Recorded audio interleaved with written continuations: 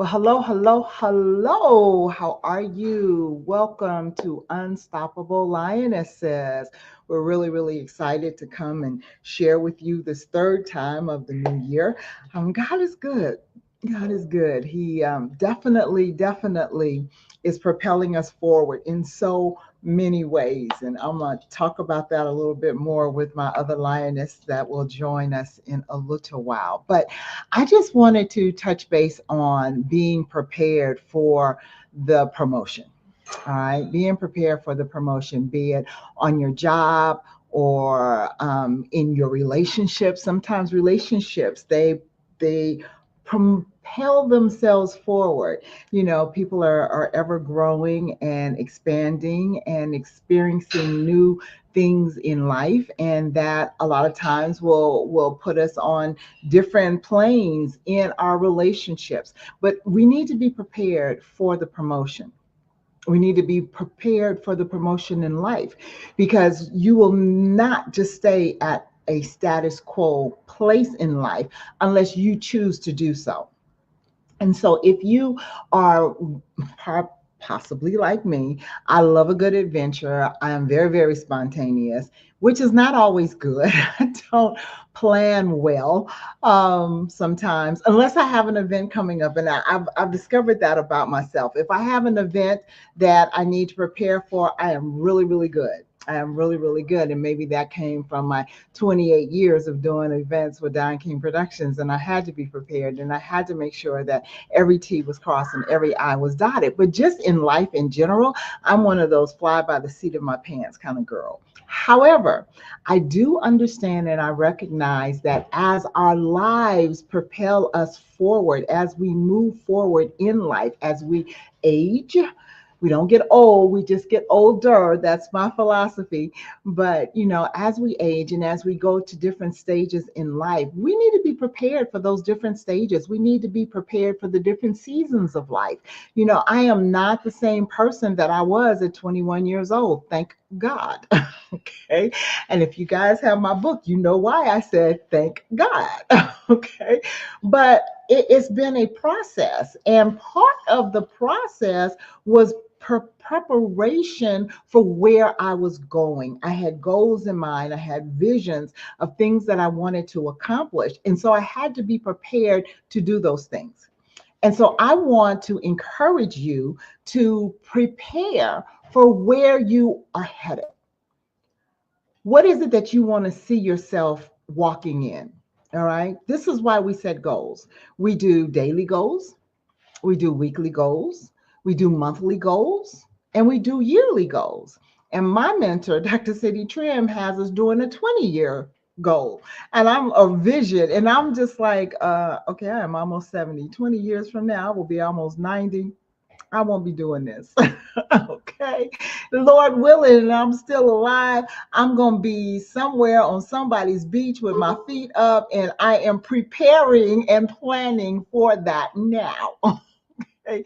But be that as it may, we have to make sure that we take the proper steps to do what we need to do. I'm in the process of buying a home. That, thank you, Lord, I should be closing on this week finally.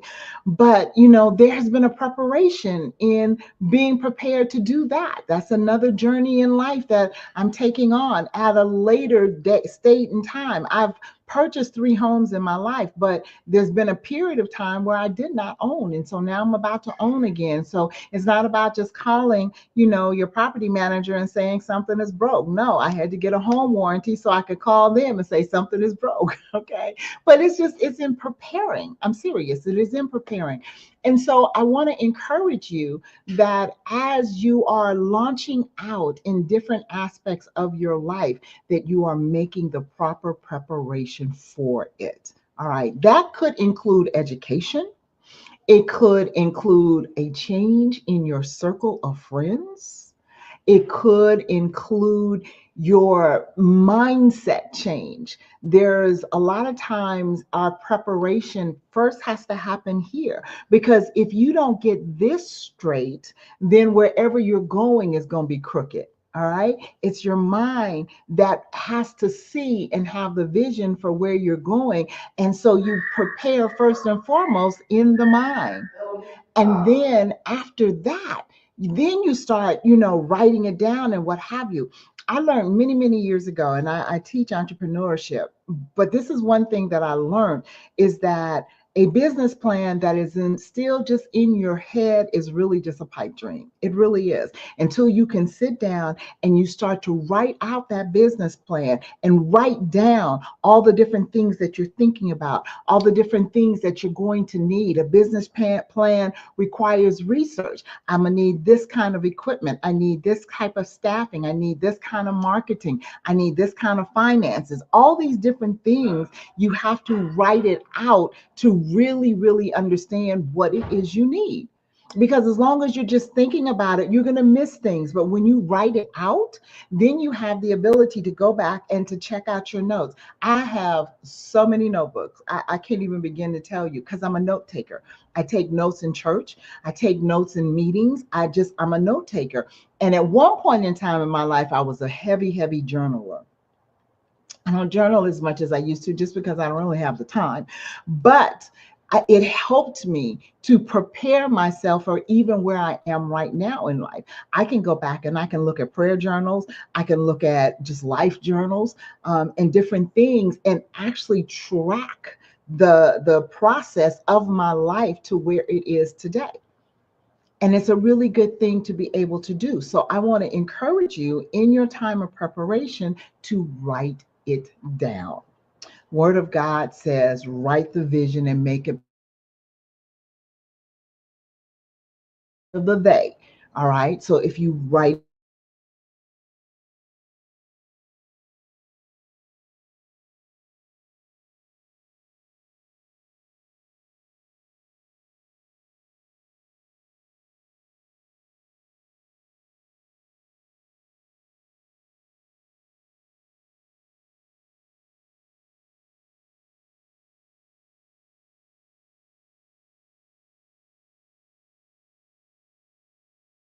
if while about it, you were writing down your notes, you yourself before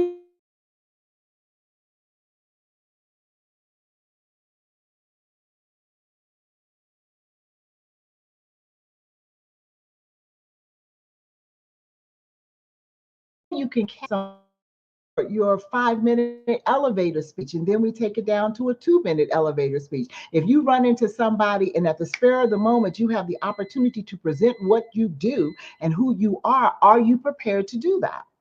Because a lot of times opportunity is knocking and you're not prepared. So we want to make sure that we are taking the steps to prepare ourselves for our life's journey. All right. If you were going ready to take a trip, you would be prepared. I know. So, like I just told you, I'm one of those fly at the seat of my pants kind of girl. And I've been traveling for 40 years, like on a constant, okay, or more.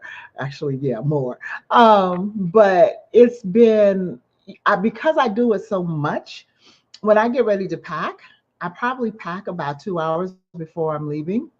And I just start throwing things in the suitcase because I already have a travel bag with cosmetics. I already know, I've already pretty much in my mind figured out what it is that I'm taking with me. Depends on how long the trip is, depends on what kind of trip it is. It's like I pack differently if I'm going on a cruise than if I'm going to the office for the week, so I've already pretty much walked through those different things in my mind. I'm a big shoe person, so I've already match the shoes with the outfits that I'm taking and what I'm going to do. So when I get ready to pack, I'm just throwing it in the bag.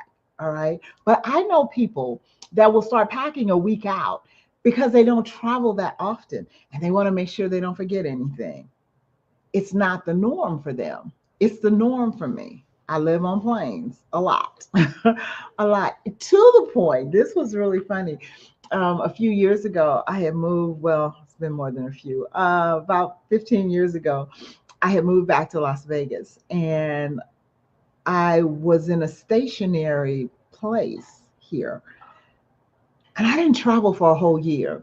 And I promise you, I was so anxious. It was just like somebody get me on a plane to somewhere. I just can't sit still like this. And it was really kind of funny because I had one of my spiritual daughters living with me at the time, and she was just like, "What is wrong with you?" And I'm like, "I got to go. I got to go. I got to go."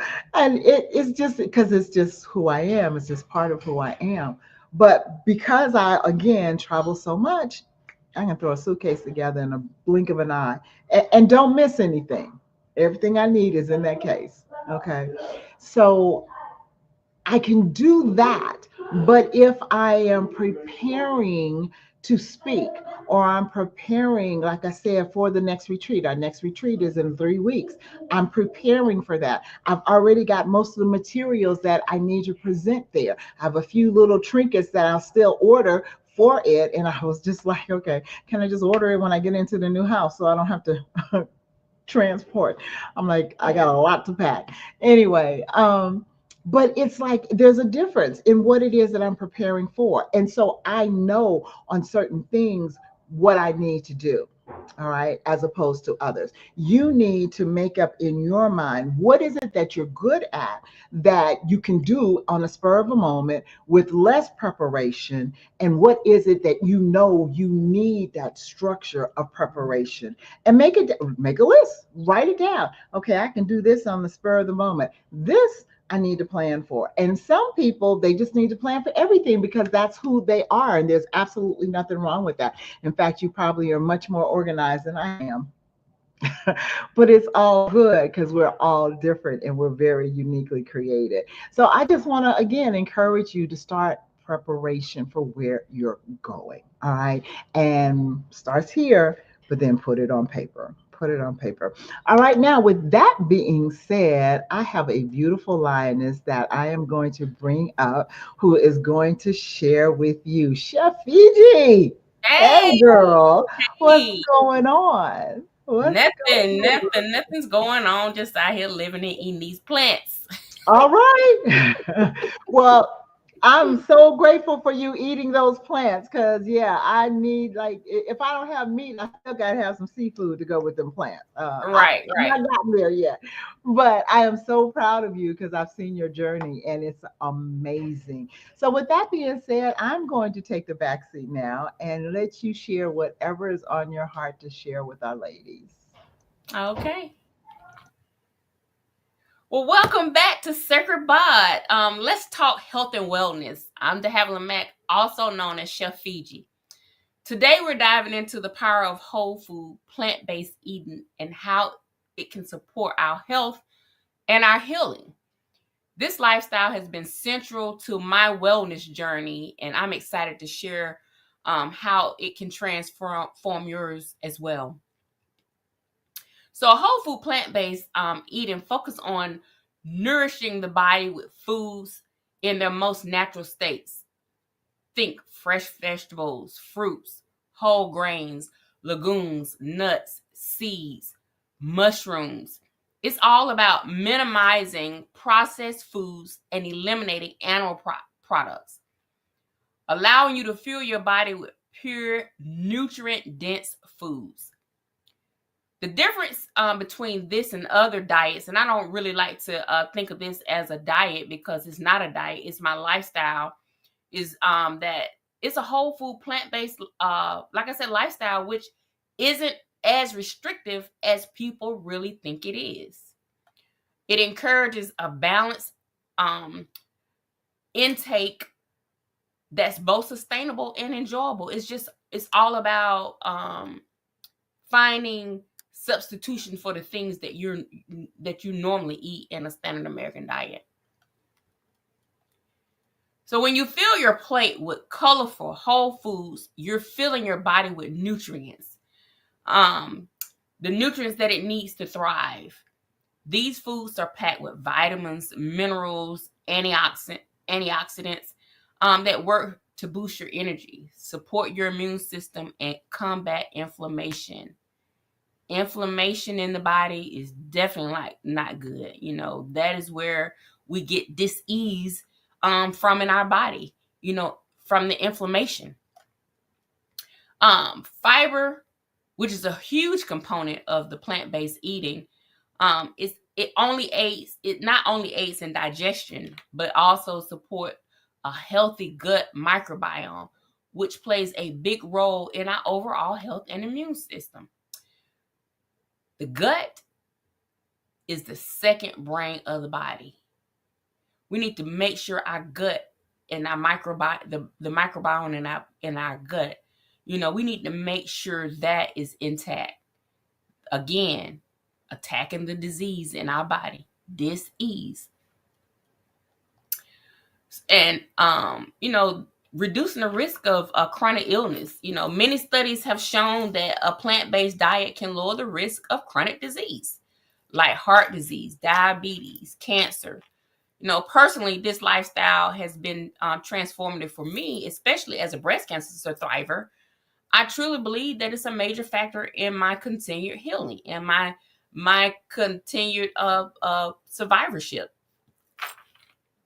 If you're new to the lifestyle, start small. Try swapping out one meal a day with a plant-based option, like a colorful salad, a green smoothie, or a veggie stir fry. Always listen to your body and explore the foods that you love. Eating a wide range of whole foods help ensure you're getting all the nutrients you need. Focus on adding more greens, vibrant fruits, whole grains, healthy fats from sources like avocados and nuts. And when you're eating, fruits and vegetables, make sure you're eating in season. Eat fruits and vegetables that are in season.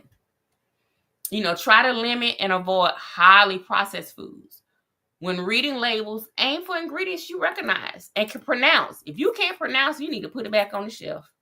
Whole foods nourish us best when we're close to their natural state as possible. Whole food plant-based eating is more than just a way of eating. It's a way of living with intention. By choosing nutrient-dense plant-based foods, you're choosing to support your body's natural healing process and to live each day with more energy and vitality. So today I know I've said a lot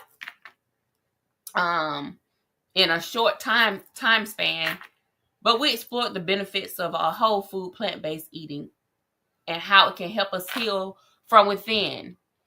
It's about embracing foods in their most natural state to nourish and energize us. I encourage you to try adding one plant-based meal to your routine this week.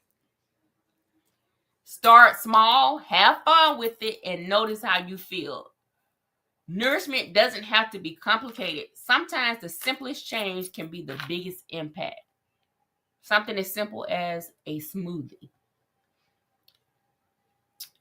For anyone interested in more guidance, you can reach me at www.sacredbot.com, or you can email me at info@sacredbot.com, and reach out. Let me help you on this journey. Let's take the journey together, one meal at a time. The next time that you all will see me, I will explore the world of raw foods and the unique benefits that they bring to our bodies. You'll learn why raw foods are known for their powerful healing properties. So stay tuned to the next segment. And remember, nourish your body and your mind, and you'll watch yourself bloom. Embrace the journey and let every bite be a step towards wellness. Talk to you next time. All right. Wow. Okay. So you unpacked a lot there. So I have a question since I was dealing with preparation. I know that, I I don't do it as much as I used to, but I used to definitely have a fasting lifestyle where just and mine was specific to spirituality and what have you. And I would do shut-ins and I would fast for a week at a time, 2 weeks at a time. I did 240 days. But I prepared my body leading up to that. I started watching what I was eating, and started like getting the body prepared for the change of just going to liquids. All right, just liquids. Is there something that people would need to do? Like I know your story. You went cold turkey overnight. Just I'm a vegan. Like okay, but everybody is not like that, and Right. everybody just can't just make that mind switch like that. Is there things that we can do to prepare ourselves for a healthier eating lifestyle? Yep. The one thing that I told everybody to do this week is to switch out one meal. Start with one meal. Most people already do like one meal already, and they just don't even think about it. Most time when you do a smoothie, that's one meal that you switched out. Something as simple as just okay, in the morning I'm gonna do a smoothie. And then the next week switch out two things. Well, I'm gonna do a smoothie, and for lunch I'm gonna do a big salad with no meat. Or if I do a salad with meat, the majority my plate, the salad is so big and the meat portion is so small too. It's almost Mhm, like I don't even have that meat portion on the salad. mhm, mhm. So just start out with making sure like 80%, 90% of your plate are vegetables. One meal. You just start Is one meal at a time. is the prep for a healthier lifestyle more difficult than like when you get ready to cook? You already know you got to chop stuff up, you got to prepare and what have you. Is there much difference in it when you're preparing to just to eat healthier? It's just kind of the same thing, right? It's kind of the same thing. You just need to know when you switch over to this lifestyle, you just need to know substitutions. If you want something that reminds you of meat, I need to substitute some type of mushroom. Or, if I want some seafood, then I need to figure out how I make my crab cakes. You can make crab cakes out of hearts of palm. You can also Mm. make crab cakes out of mushrooms. So it's all about substitution. And is On it the texture of the vegetable that you're using, or the fruit that you're using for the substitute? Is that what makes it the substitute? So just say for instance, I wanted collard greens and some fried chicken. I had a taste for, I'm craving fried chicken as a new person that's coming over into the lifestyle. Hmm. Well, I need to know what the substitution is for the chicken. Well, the substitution for chicken in our lifestyle is oyster mushrooms. So you Really? would season the oyster mushrooms just like you would if you was cooking the chicken. So you would like flour it and season it and then fry it like you You would? would flour it. The only thing you would change your oil. Um, instead of using if you use buttermilk, you would make your buttermilk out of a plant milk and some apple cider vinegar. Let it sit and curl to become your buttermilk. Okay, I don't like buttermilk, and the sound of that, I wouldn't like that either. So, but okay, But what I'm saying is, how people use to buttermilk batter. I get you. batter. Yep. Yep. Okay, So that you that's have your very, wet very batter and interesting. your dry batter. You would season it up the same way. Yep. It's just all about knowing, the substitutions and really staying away from the processed foods. Mm. Now, how do you like? Okay, so they have all of these impossible burgers, impossible this, impossible that. How do you differentiate what's a good impossible burger versus a not good impossible burger? None of that is good.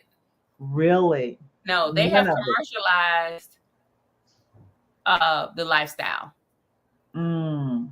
They've jumped on the bandwagon because they know people are now moving toward eating healthy, and also they've Mhm. jumped on the bandwagon to make money off it, and they've commercialized it.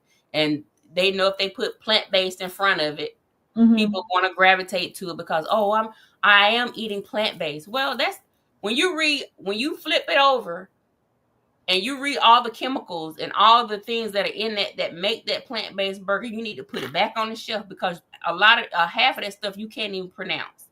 Wow, So I tell people, if you're going to eat an Impossible Burger or Beyond Burger, you might well just eat a regular burger. that's But amazing. you can make your own burger. So, what would you make your burger out of? mushrooms, lentils.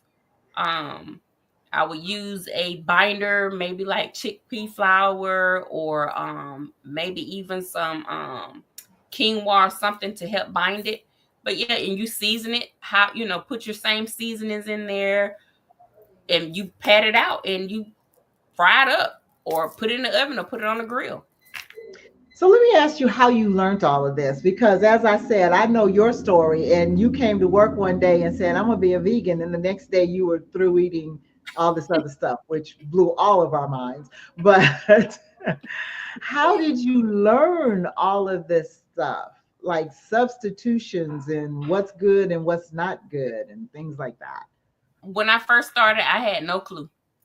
I ate salads and vegetables until I figured it out. I did a lot of Googling, a lot of on Pinterest, finding people that did meal prep, like plant-based meal preps. And then one day during COVID, sitting at my desk, God spoke to me and said that you're not fulfilling what I told you to reach back. And you need to reach back by teaching other women or other people going through the journey of ridding disease out their body on how to eat. I Mm, immediately looked for a culinary program, wow. and the rest is history. I went to culinary school, and now I'm a chef, a plant-based chef, and raw certified. And so they actually have schools that will teach you how to do this. Yes, That's amazing. That's amazing. yes, but So, but cooking in a lifestyle is in this lifestyle. If you can cook in a standard American diet lifestyle, you can cook in this lifestyle. The main thing in this lifestyle is knowing how to season and the substitution. You can have greens in this lifestyle. You just can't put the fat back or the ham hock or the mm, turkey wings in it. But you can still have good seasoned greens, and you won't even miss the fact that there is no meat in there. interesting. I tell this story often. The first time I ever went to a vegan restaurant was with you, and it was just like, this is good. And I was really, really surprised. I have to say, I was extremely surprised. Like, this is good. I Yep. could eat this. I don't know about cooking it every day, but I could eat this. Hmm. It's this very, very interesting. So, in your journey of thriving, how do you think that this has played a part? I know you mentioned in your segment that you think it has helped you in your thriving, but how intricately do you feel that it is woven in that? Um, I think that with all of the things that we have going on in this world today, the food is different. It's not the same when grandmama and them was, raising their own food or Right. planting their own garden. Um, I just think that the way that they're pumping the animals with all types of stuff, and removing those types of things out of my lifestyle, especially the meat, with me being a breast cancer survivor, and all the things that they're pumping into these animals. And you know even with the vegetables, you're really not safe with the vegetables now, because we don't even know really how they're growing them. So if you're not growing your own vegetables, we really don't know what we're getting in these stores. So you still have to be careful with the vegetables, making sure that you are washing them and cleaning them. But I think that changing my lifestyle and uh watching the things that I put into my body has really given me the success of being able to say that I am still a healed cancer survivor. Mhm. I'm when I go to the doctor for my scans, do I get nervous? Yes. Because there's always a possibility.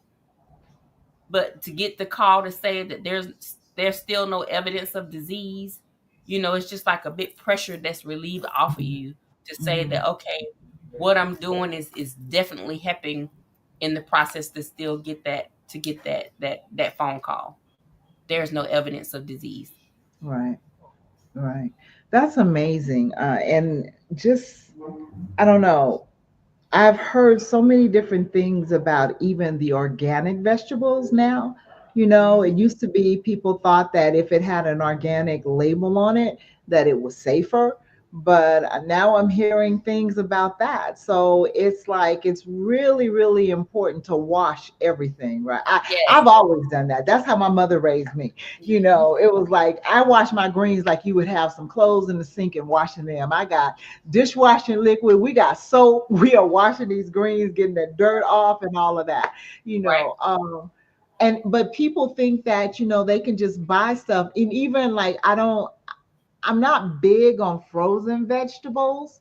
I prefer fresh. I do. But even the frozen vegetables, you got to be careful with those because you don't even know the plants that they're being prepared in and or Right. anything. Exactly. Yeah.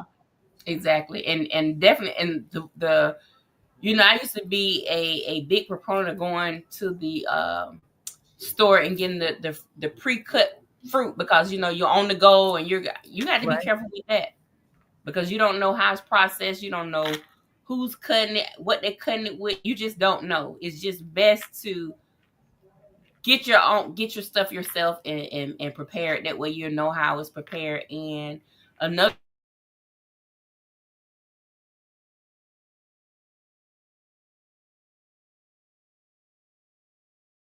I want to say is, Mm. we're eating Mm. fruits that do not have seeds. You were the first person that taught me that if it doesn't have seeds, then it's genetically engineered. It's not real. I'm like, huh? Because you buying seedless watermelon and seedless Yep. grapes. I mean, and all of these different things. And it was just like, wait, what do you mean? Yes, ma'am. Bananas. People get shocked when I tell them bananas have seeds in them, but not the They ones used that you to. buy in the store. Exactly. They used to. I remember seeing the little black seeds down Yep. in the middle of it, Yep. but you Yep. don't see that anymore. Mm-mm. That's You do insane. not. Yep. So how do you find real fruit these days? Because I mean, you can go to any market and everything pretty much is seedless. So how do you track that down? Do you have certain growers that you purchase from? Like when I want bananas, like Thai bananas, burro bananas have seeds in them. I go to like the Asian markets Mm-hmm. to get a lot of those fruits, like soursop, Really? stuff that you can't find in the regular grocery stores. Go to the Asian grocery stores. You'll be able to find those exotic fruits and Mm. fruits with seeds in them. You may have to go to 4 or 5 different stores just to make sure you're getting healthy stuff. Um, I go to the farmers markets. I go to farmers. People that The actual growers, huh? the actual growers, and get fruits and vegetables. But yeah, I never can shop at just one store to get the things that I need. I am interested in starting a push, a coalition, so to speak, to buy up 200 acres of farmland and just start growing food. Just not for sale, but for Right, survival. right, you know, exactly. Hmm. because being at my age, I'm almost 70, and I know food is not what it used to be. Exactly. I grew up loving milk. I can't stand milk. It is because it doesn't taste the same. Hmm. Different things that you used to find and you knew it was fresh when you got it, it's not fresh anymore. Right, And exactly. it's really scary. It's really scary what they are giving us and stamping USDA certified, it's good. FDA certified, it's good. And Exactly. it's like, that mess will kill you. Right, right, right. And if you don't, like, I thank God for you because you've educated me in such a manner that, like I said, I had no idea as to what was happening. But so other people like me that aren't in the just you don't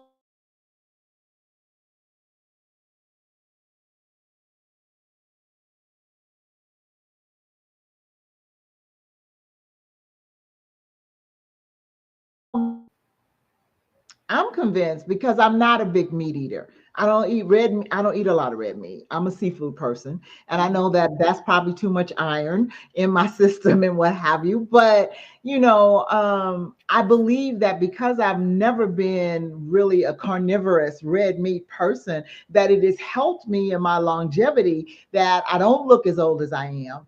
Mhm. I don't have the ailments that many people my age have. You know, I thank God for my mother when I was growing up. It was like every morning you had to drink some cod liver oil. It was like that stuff was nasty. And once a month you had to do some castor oil, and it was, you were happy if it was a Serpa Black Draft month. Okay, you didn't have to do castor oil.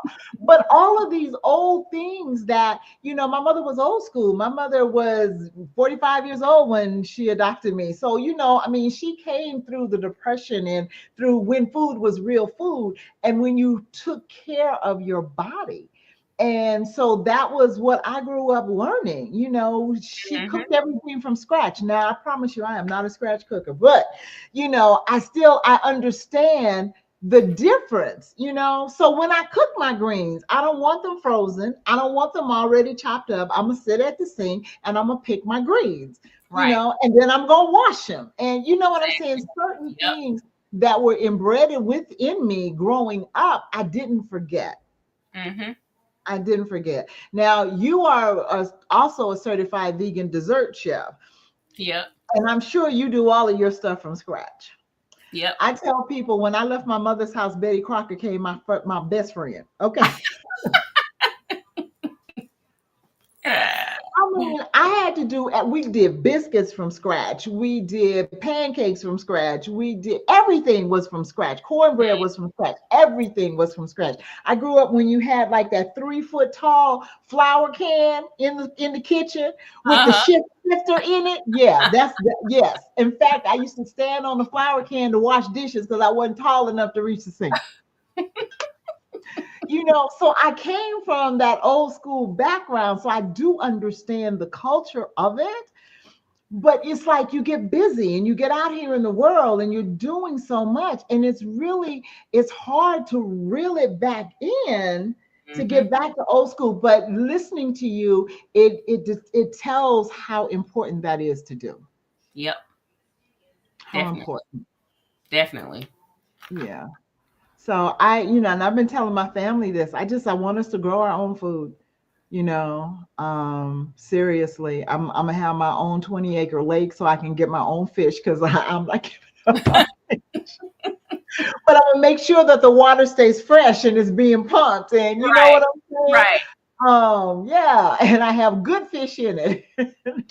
So but even in that, there's a healthy way to do that too. Yep. And like I Mhm. said, my daughter, I don't know. I don't know if I can ever get her off the red meat. That poor child, she can just have a meat meal, and I don't know where she gets it from because she definitely didn't get it from me. But and just and salads. I love salads. Yes. I absolutely Yep. love You do. salads. And Mhm. my favorite food of all time, I think, is avocado. Avocado. Avocados, yes, ma'am. Everybody know me. No, like, hey, anything I get with avocados is always when you put extra avocados on. Yep. Exactly. Exactly. But it's good for you. Yes, it is. It's a good My fat. good cholesterol is off the charts. It is, and I attribute it to the avocados. Now tell me how this works, De Havilland, because I got a report that said my B6 was too high. And I Really? was like, mm-hmm. And I was like, well, what would cause that? And because I'm supposed to take B12 injections because it's Right. low, but my B6 was too high. And so I was at my doctor's office and the nurse practitioner was in there and she started looking. And the first thing on the list that was high in B6 was avocados. Oh wow. I'm like, Wow. okay, well, either I'm gonna have bad cholesterol and have a heart attack, or my B6 is gonna be a little too high. Yes. Just cut I, back some. I think I'm cool. I think I'm all right. Yeah, seriously. But it's just, I guess too much of anything Yep. can be overbearing on the body, Exactly. and so you Yes. just have to find that balance. Mhm. You're You right. have to find that balance.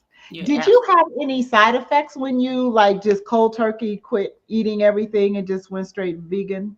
I mean, yeah, I'm just asking. So do people like, because they like, okay, so when you get ready to fast, the first 3 days, it's like you have a headache, you have all these different things because your body is trying to adjust to not having the sugars, not having these different right. things or what have you. But when you went to that vegan lifestyle, did you have any effects? I did not. I did not have any effects. It's because it's not like you're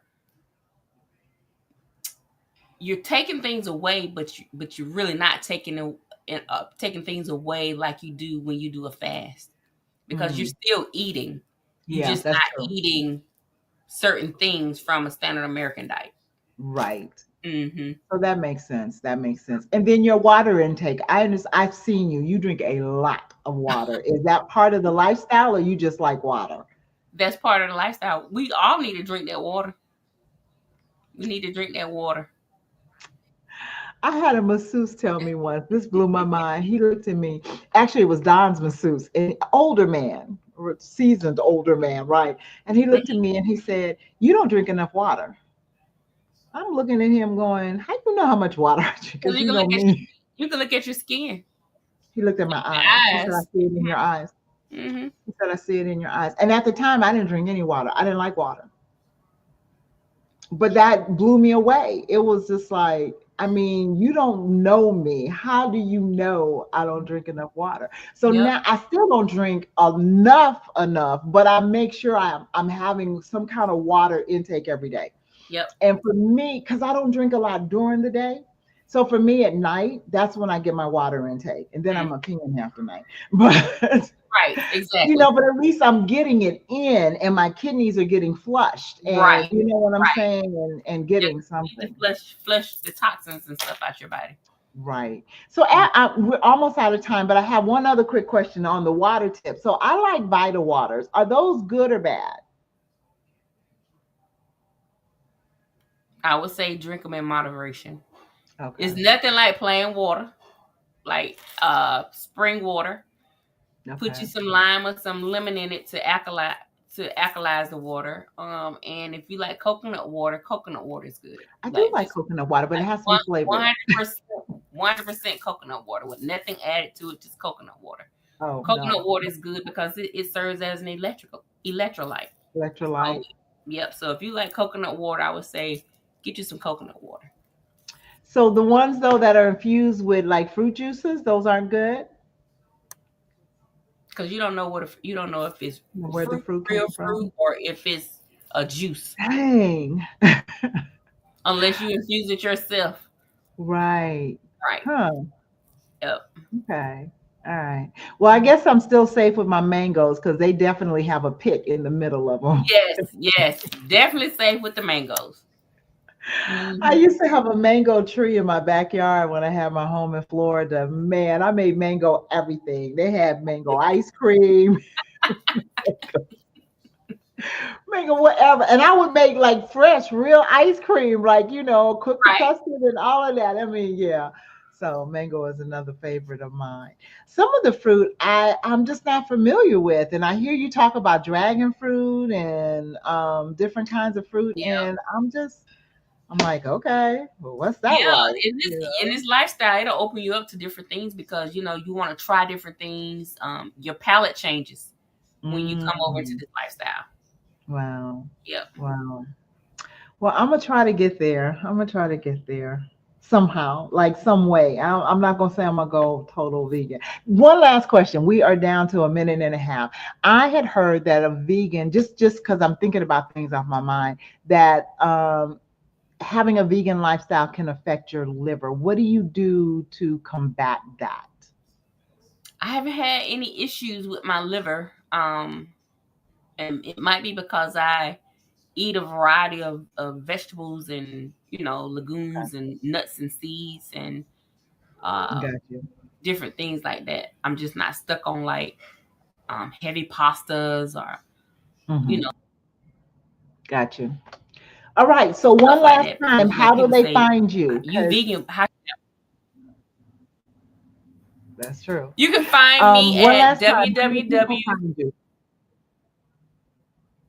You can find me at www.sacredbod.com or info@sacredbod.com. I'm sorry, info@sacredbod.com or my Gmail, sacredbod. All right, cool. Well, thank you, ma'am. Thank you for sharing. And we look forward to the next one with the raw diet. Just think if we did all of this with vegan, what raw is going to be like.